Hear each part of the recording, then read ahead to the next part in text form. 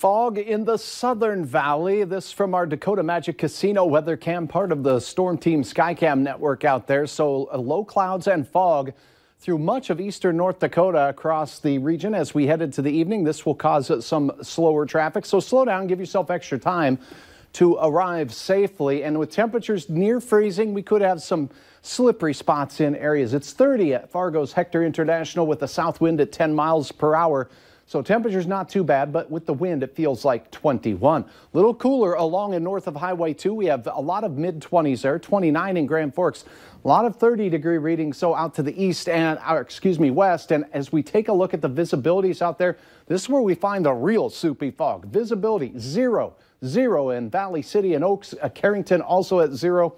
This extends all the way up into the Minot area. And we see evidence of some low clouds and fog from Detroit Lakes where the visibility is only 1/2 of a mile. So it is a problem, but less of a problem in the far northern valley.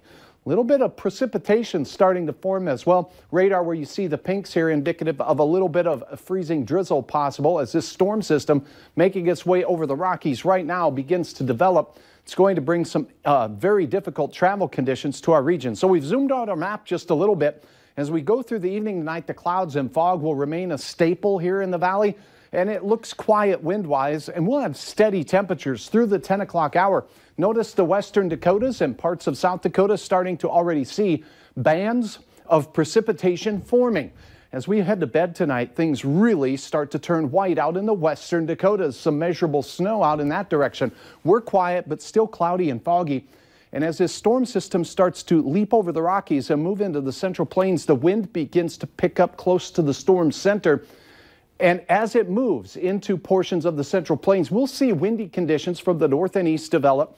10 to 15 miles per hour late in the day, becoming upwards of 20 miles per hour. Look at the bands of heavy snow from Sioux Falls into southern parts of Minnesota and Iowa. Continued snow Saturday night and into Sunday morning will be persistent. For us, we'll have wind, and our southern and southeasternmost counties will have the best chance at seeing some flaky activity from this system. However, western parts of North Dakota and South Dakota down through Nebraska, southern South Dakota, and southern Minnesota will be most impacted, with snowfall amounts potentially over 9 inches in a few places. With the winds, miserable travel there. For us, your Saturday looks like this, 23 to start the morning. We'll see temperatures only in the low 30s again, so more of the same. Maybe a little less foggy because we'll have more wind ripping through here throughout the afternoon. Increasing winds and temperatures close to 30 degrees across the board with the exception of the far north. So that fog is spread across the valley, and Diane capturing the trees with the frost on them. Thanks for taking the time to upload your photo, Diane.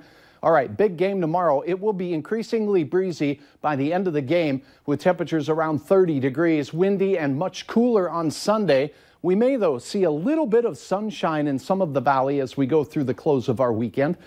Next week looks downright cold. A little hiccup of snow midweek, and looks like we really get cold after that, with temperatures close to 0 for many of us Thursday and Friday morning. So winter returns. If you have outdoor plans, maybe this is the weekend to get those lights out. Oh, you even added a -1 for us. I'm being thoughtful as I can. I know. 'Tis the season. Thanks, Hutch. Yes.